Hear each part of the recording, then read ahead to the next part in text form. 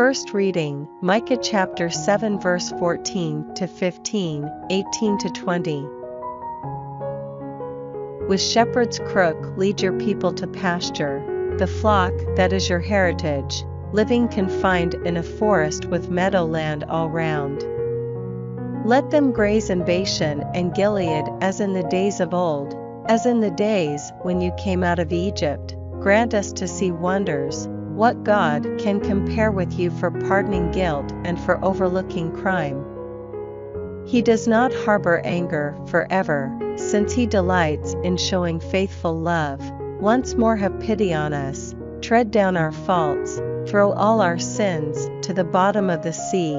Grant Jacob your faithfulness, and Abraham your faithful love, as you swore to our ancestors from the days of long ago.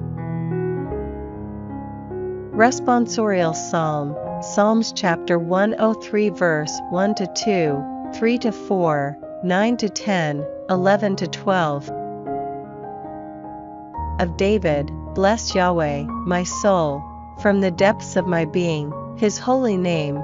Bless Yahweh, my soul. Never forget all his acts of kindness. He forgives all your offenses, cures all your diseases. He redeems your life from the abyss, crowns you with faithful love and tenderness. His indignation does not last forever, nor his resentment remain for all time. He does not treat us as our sins deserve, nor repay us as befits our offenses. As the height of heaven above earth, so strong is his faithful love for those who fear him. As the distance of east from west, so far from us does he put our faults.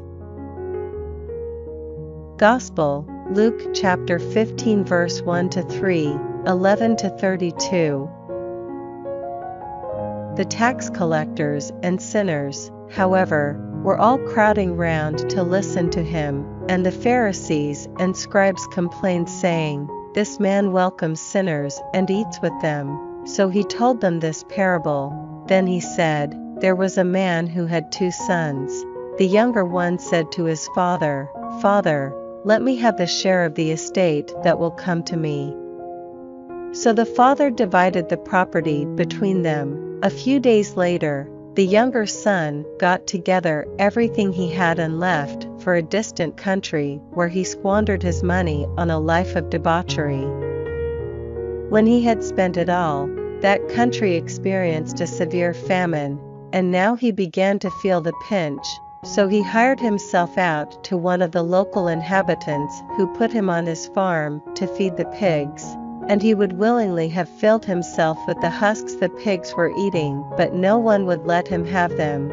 Then he came to his senses, and said, 'How many of my father's hired men have all the food they want and more?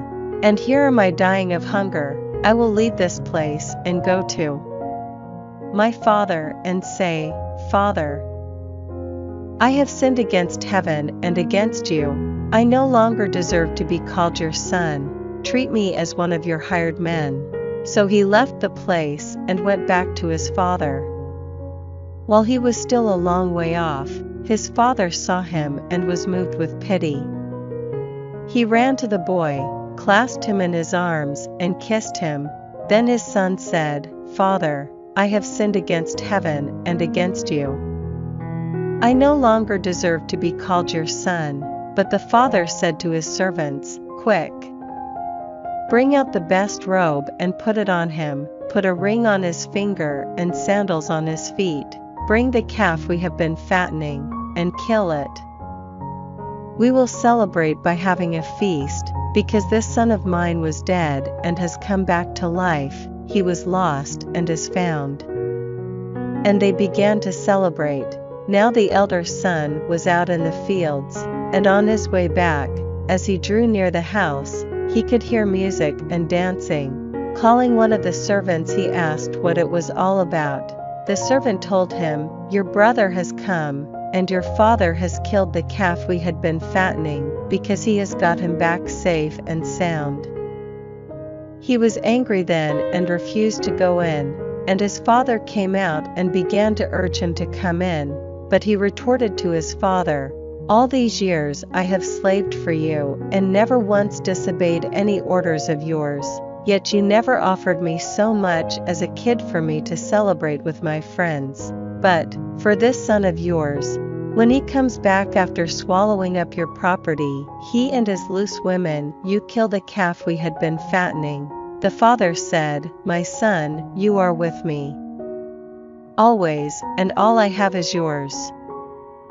But it was only right we should celebrate and rejoice, because your brother here was dead and has come to life, he was lost and is found."